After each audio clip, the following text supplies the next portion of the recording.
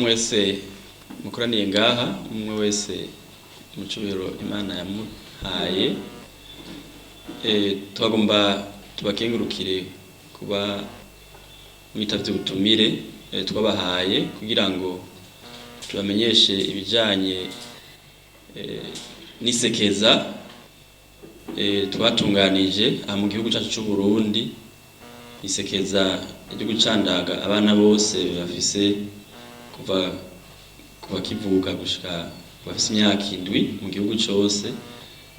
Tukaba twateganije isekeza ryo gucandaga ingwara y'ubukangwe. Ngira ngo ingwara y'ubukangwe hariho abatari bakiyibuka, ni ingwara yandukira cyane, igakarira cyane abana batarakwiza imyaka 5.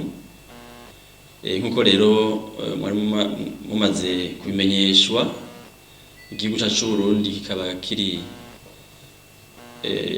mu kiza c'ingwara y'ubukangwe kuva itariki 17 z'ukwezi kwa gatatu uyu mwaka wa 2023.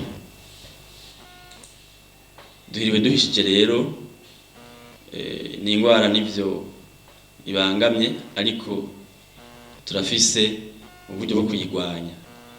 Ubwo buryo bwo kuyigwanya rero nta bundi n'urucanco. Nico gituma rero twateguye iri sekeza mu gihugu cyose, tukaba tuzocandaga abana barenga gato 2,200,000 mu gihugu cyose. Iryo sekeza rero tukaba twaritunganije kuva ku igenekerezo rya 10 gushika ku igenekerezo rya 13 kuno kwezi kwa gatandatu umwaka wa 2023. Tukaba rero twabahamagaye kugira ngo tubamenyeshe ingene ico gikorwa gitunganije, twongere tubasabe nkuko mwaba mubikora, kugira ngo muce namwe nkuko musanze mubikora neza, mudufasha guhimiriza kugira ngo iki gikorwa isekeza rizogende neza, ntihagire umwana numwe azosigara ataronse urucanco.